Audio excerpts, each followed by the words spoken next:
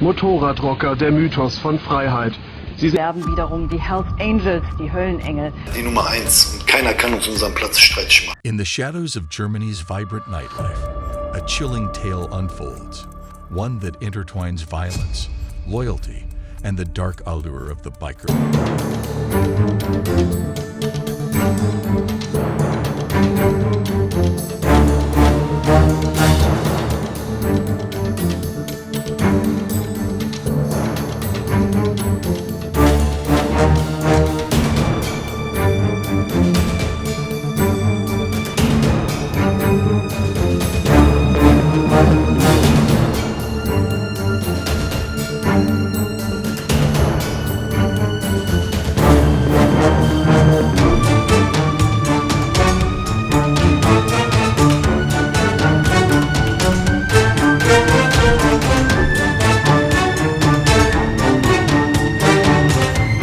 For someone like Akbulut, the Hells Angels represented a sense of belonging and power, a surrogate family promising respect and easy money.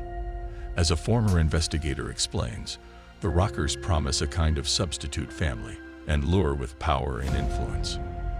Akbulut's fearless demeanor quickly caught the attention of the Hells Angels, leading to invitations to meetings and gradual integration into their ranks.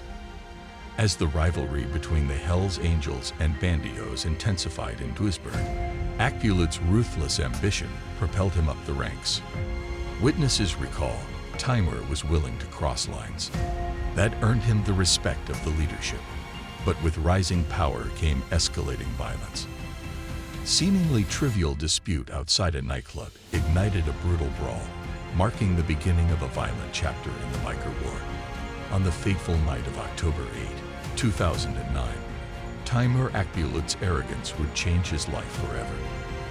Driving past the Bandidos clubhouse after his shift, he provocatively tapped the gas pedal, igniting a confrontation with Ashley, a Bandidos member.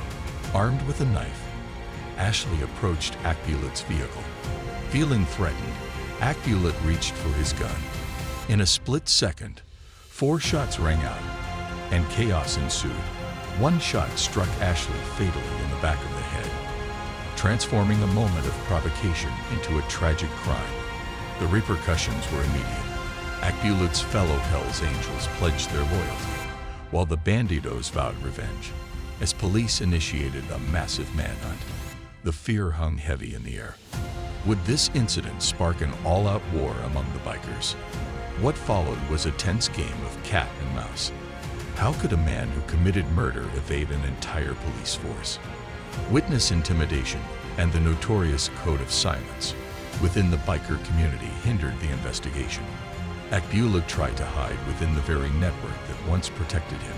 The police, faced with minimal cooperation, pressed on, ultimately relying on surveillance footage from the Bandidos clubhouse. With this evidence, they closed in on Akbulut's hideout. The feared biker, who once commanded respect, was now in handcuffs, marking the beginning of a high-profile trial. The trial of Timur Akbulut became a spectacle, revealing a web of conflicting testimonies and forensic evidence. Charged with manslaughter, Akbulut's defense argued self-defense, leading to a fierce debate about accountability in the biker world.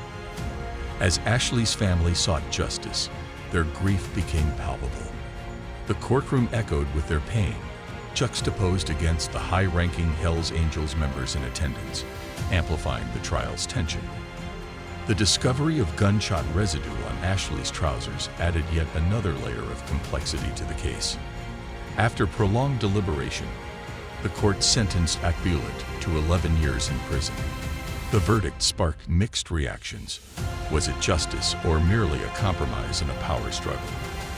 The ramifications rippled through the biker community, reigniting old rivalries. Within the confines of Geldern prison, Akbulut did not crumble. Instead, he reinvented his criminal empire. His reputation as a feared rocker paved the way for influence among inmates, and he capitalized on the opportunities available to him. With the help of corrupt prison guards, he established a lucrative business, smuggling cell phones and other contraband. Yet, the specter of Bandito's revenge loomed over him. Akbulut's attempts at parole were thwarted by his ongoing ties to the Hells Angels, leading to a drastic decision. He applied for deportation to Turkey. Timur Akbulut's deportation to Turkey marked a new beginning. Instead of being shunned, he was received as a folk hero, his story capturing public interest. Akbulut opened a tattoo studio and a car repair shop, projecting an image of a reformed businessman. But questions lingered. Was this truly a fresh start or merely a facade? German authorities monitored his activities closely, concerned about his potential ties to the past.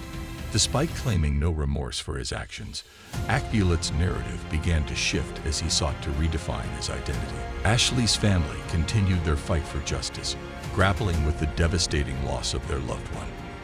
Their journey through the judicial system was fraught with challenges, seeking recognition as joint plaintiffs in the trial against Akbulut. The 11-year sentence felt insufficient, igniting their commitment to combat gang violence. They transformed their grief into action, advocating for initiatives to support families affected by similar tragedies, ensuring Ashley's legacy would not be forgotten. The Akbulut case sent shockwaves through the Hells Angels, unraveling their image of invincibility. Public perception shifted drastically, leading to increased scrutiny from authorities. The Banditos, fueled by revenge, began restructuring their leadership and strategies. With the balance of power at stake, the rivalry between the gangs intensified. The police, now equipped with newfound insights into the structures of outlaw motorcycle gangs, faced the daunting task of navigating the evolving dynamics of biker culture. The fight against outlaw motorcycle gangs is an ongoing challenge for law enforcement. The complexities of undercover operations and the pervasive silence within the biker community create obstacles that make effective action difficult. As authorities adapt their strategies, the focus has begun to shift toward prevention. Educating young people and providing alternatives to gang involvement is crucial in the battle against organized crime.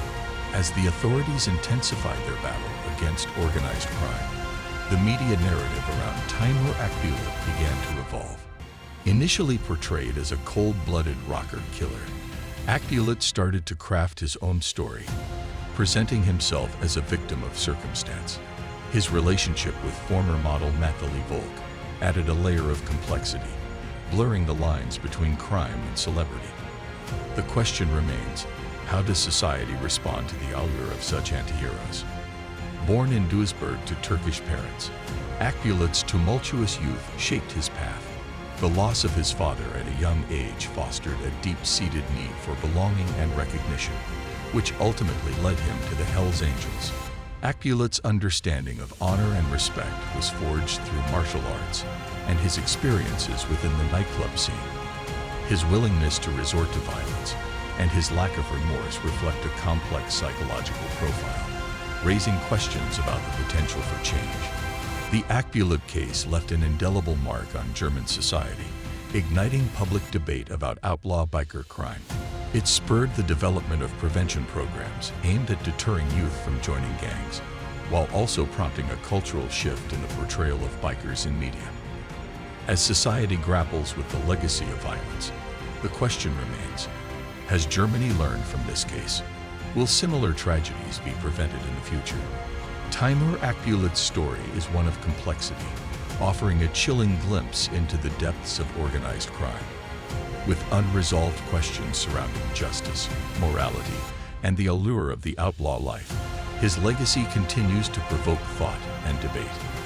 As society navigates the aftermath, the challenge remains how to prevent future tragedies and dismantle the allure of a life rooted in violence. If you found this exploration into the world of organized crime enlightening, be sure to like, subscribe, and share your thoughts in the comments below. Join us next time as we uncover more stories that shape our understanding of society and its complexities.